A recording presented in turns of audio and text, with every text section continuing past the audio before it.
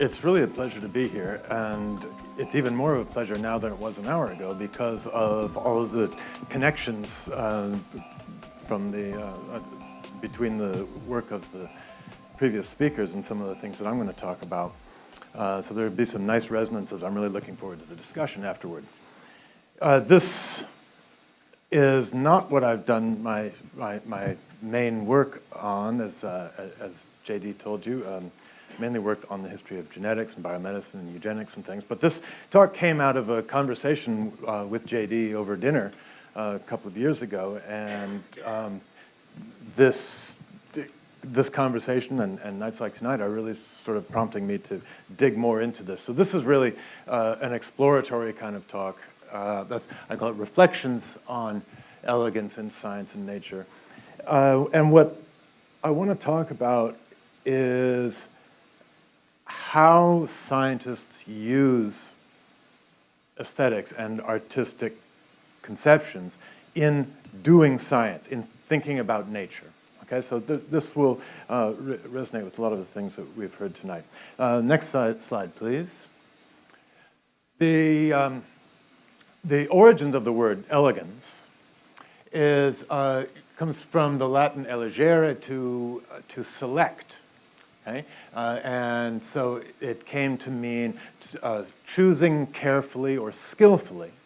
And over time, it's a very old word, and over time it's come to mean what we use in common parlance, it's gone from the notion of being tastefully ornate to more of a sense of refined luxury. Okay? And Fred Astaire and Ginger Rogers, perhaps the quintessential expression of elegance in common parlance. Scientists use the concept of elegance in a little bit more specialized and technical way. And in the scientific sense, it kind of returns it back to the original sense of skillful or careful selection of qualities, of concepts in nature and in the work of other scientists in experimental design. Right? So elegance connotes ideas. Elegance in science connotes ideas of simple beauty, of the clever, concise, persuasive, or satisfying. It reveals through thinking rather than effort. So the opposite of elegance in science is brute force, a brute force approach. And so I'm going to talk, and so it comes out of ideas in styles of thought in mathematics and hence in engineering. Next slide, please. So the best example I know of to illustrate the concept of an elegant solution in mathematics is the story of Karl Friedrich Gauss, the mathematician, who developed, best known perhaps for the Gaussian or distribution or the normal curve, the bell curve, right? That was Gauss. And when Gauss was a school child, he was told to add the integers from 1 to 100. Apparently, his teacher was trying to give him some busy work and get him to sit down and be quiet for a while. So she said, all right, sit down and add up all the numbers from 1 to 100. Okay? Gauss sat down, and to his teacher's dismay, in a few seconds, he thought for a minute, and in a few seconds, he produced the answer. Okay? Some of you this is a fairly well-known example in science, some of you may have this. Does anybody not familiar with this example know the answer yet? No? Yeah? You know it. I know you know it. 5,050. That's right. Next slide shows you how he did it. So what Gauss performed a little trick. He broke the problem in half, and he realized that if you and reversed the order of the second half and paired them up with the first half. He realized that 1 plus 100 is 101, 2 plus 99 is also 101, 3 plus 98, and so forth, from 1 to 50. And so he realized that the solution to the problem, if you would just tap once more, just so it clicks, the problem reduces to 50 times 101, and he could do that in his head. That's obvious, 5,050. Okay? That's an elegant solution. The brute force approach would be 1 plus 2 is 3, and 3 is 6, and 4 is 10, and you keep going. The elegant solution is to do this little trick and do it like that. All right? Okay. So next slide, please. An elegant experiment reveals a fundamental principle with a single stroke. It is austere in the sense that game theorists use the term. Okay? Examples being the game of chess, or the most austere game is Go. And an austere game has very few rules, but many, many, many possibilities. Okay? So it is a game that maximizes strategy rather than rote memorization. Okay? So Robert Milliken's oil drop experiment was an example, a classic example of an elegant experiment in which he found the electrical charge on an electron in 1908, I believe it was, by showing that the net charge on an individual oil droplet, he set up an apparatus where he had a spray of oil that created tiny little droplets, and they were in a magnetic field, and he knew the density of the oil and the strength of the magnetic field, and the field was different above and below the oil droplets, and so by calculating the net charge on individual oil droplets, he could show that they were all multiples of a certain number. And because so it was quantal, right? The charge was quantal. And from that, he was able to deduce the charge on a single electron, which is this incredibly complicated and long number here. Okay? So he was able to get at a previously unknowable value, the charge on an individual electron, thereby showing that they were in fact particles, through this very clever design. Okay? Next slide, please. An elegant experiment is persuasive as well. The result should be easy to grasp, and the necessary conclusion should be immediately obvious. The Mendelssohn-Stahl experiment has been called the most beautiful experiment in biology. Matthew Mendelssohn and Franklin Stahl in 1957 showed what had been assumed but not proven for several years, namely that DNA replication, the copying of the DNA molecule, is semi-conservative, meaning that the strands of the double helix must separate, and each of the original strands serves as a template for creating a new double helix. This had been assumed since Watson and Crick, but nobody had found a way to prove this. Mendelssohn-Stahl did it by inventing a technique called density centrifugation. And the beauty of this experiment is that with very little training or experience, the result leaps out at you. You can see these bands. What they did was they labeled the original double helix strands with radioactive nitrogen, and so you had, then as they divided, was put with, the new strands were made out of normal, non-heavy nitrogen, and so you had these different bands corresponding to different weights, molecular weights. And you can see as you go down through the generations of replication, the bands divide and separate, and you can see right here, each one of these readily correlates with the necessary conclusions of if DNA replicates in a semi-conservative way. So the banding pattern, once they published it, it was immediately obvious, okay, that is in fact the answer. So the cleverness and simplicity of the experimental design and also the display of the result contributes, in fact, to the proof. The fact that it's so easy to understand makes it persuasive, right? Next slide. Francis Crick came up with what has been called the prettiest wrong idea in all of 20th century science.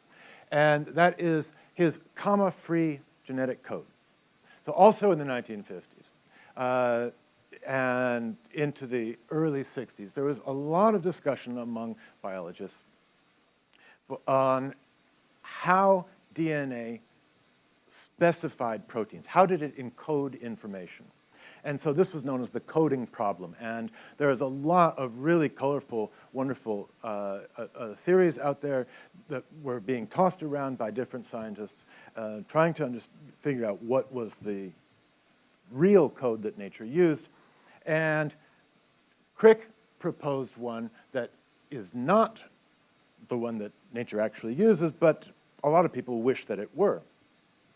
The science writer Matt Ridley said of this that the version Mother Nature has chosen, rather than Crick's code, is less elegant than Crick's. And what he did was to say that if you have a string of DNA nucleotides here with A's, C's, T's, and G's, the question is how is that sequence read?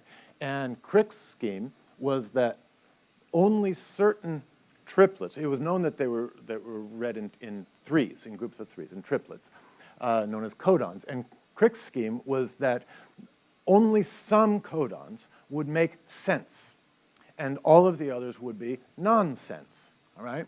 And so they would come up, so the first one here would be sense, the next two, ATC and TCA, would be nonsense, the next one, CAG, would be sense, and the next two would be nonsense, and so forth. Okay? So the beauty of this is that, first of all, it doesn't matter where you start reading, because if you start on a nonsense code, it just won't make sense. You just keep going until you hit one that does make sense, right? And so it prevents it prevents frame shift mutations.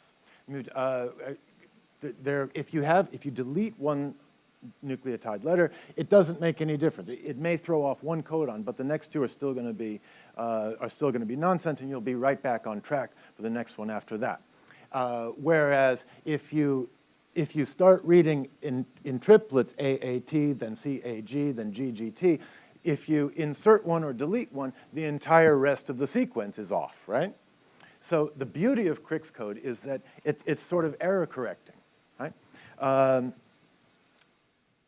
These kinds of, so it involves more the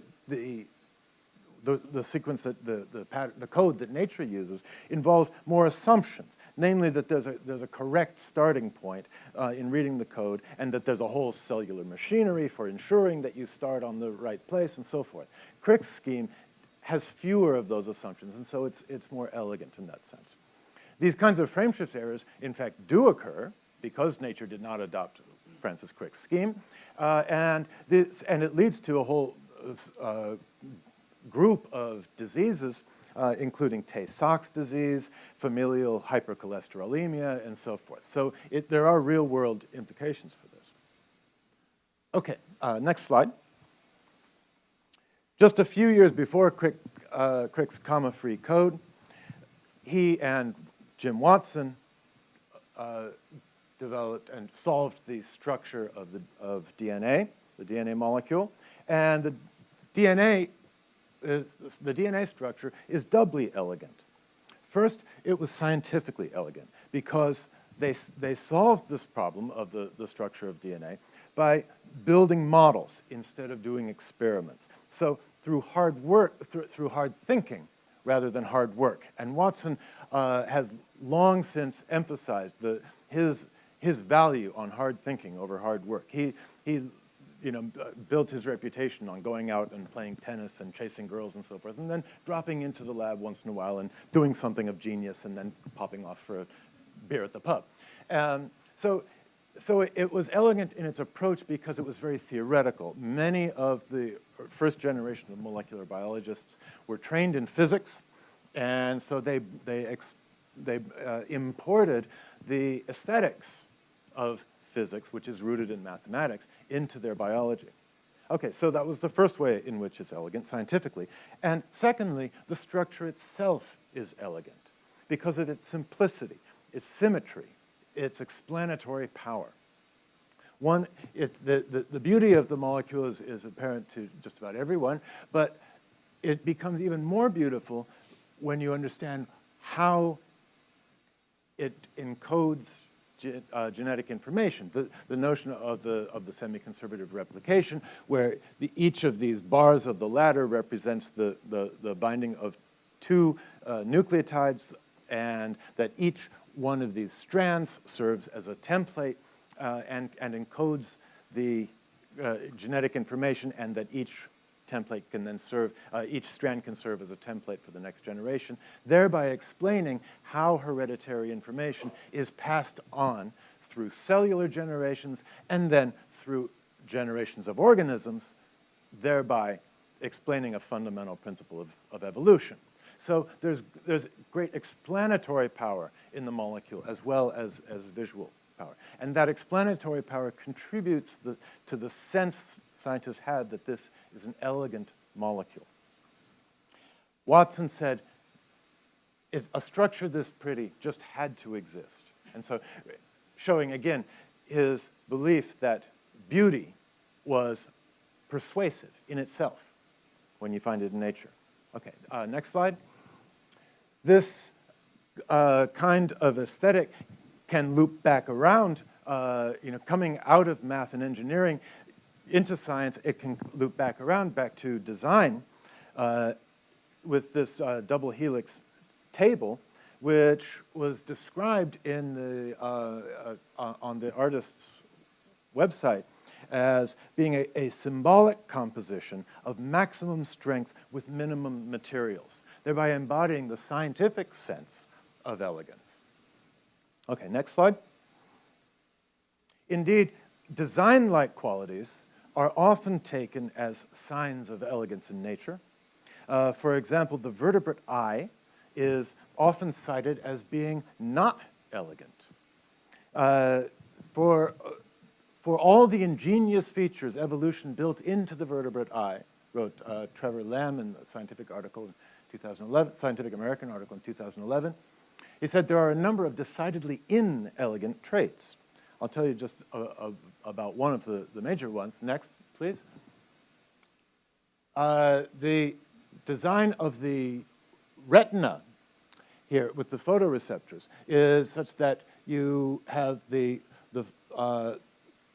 because of the developmental, the embryological origins of the tissues involved, the vertebrate eye gets built with the photoreceptors at the back of the retina, right? And the optic nerve then, which sends the visual signals back to the brain, comes through the retina and emerges and connects to those photoreceptors from the front. And so this is the kind of thing Lamb is talking about when he says this is inelegant, because light has to pass through the nerve cells and the blood supply in order to get to the photoreceptor. So the light has to pass through this murky cellular network in order to get to the photoreceptors. Now, I'm not making a claim of whether this is or is not elegant, but I'm saying it's something that's claimed by scientists to be an inelegant design. There's actually debate over this, which is quite interesting. So this is often held up as an example. And so one thing that this one of the implications of this is that it creates a blind spot in our visual field. And so this actually comes back to Ellen Levy's remarks about inattention to things that we cannot see. So the spot here, which I had my pointer, but where you can see where it's labeled blind spot, there are no photoreceptors because there's nerve cells, nerve fibers in the way. Next slide, please. And so you can actually reproduce this. You can detect the blind spot in your own visual field. This well-known experiment, you can do this at home. It won't work in an audience where everybody's at a different distance from the screen. But if you make a card like this, And if you pay attention to, if you look at one of the symbols with the opposite eye, so if you look at the plus and cover your left-hand eye and look at it with your right-hand eye, okay? It's not going to work now, but just learn how to do this, and you can go home and do this. Then what you have to do is move your face closer and closer to the page. At first, you'll see the dot in your peripheral field, right? As you move your face closer and closer to the page, at some point, the dot will disappear. And if you keep going, it will reappear. And if you move back, it will come back again. So there's a place when that dot moves right into your blind spot. Okay? So you can try this at home. Next slide, please. This experiment with the blind spot won't work if you're a squid or a cuttlefish, right?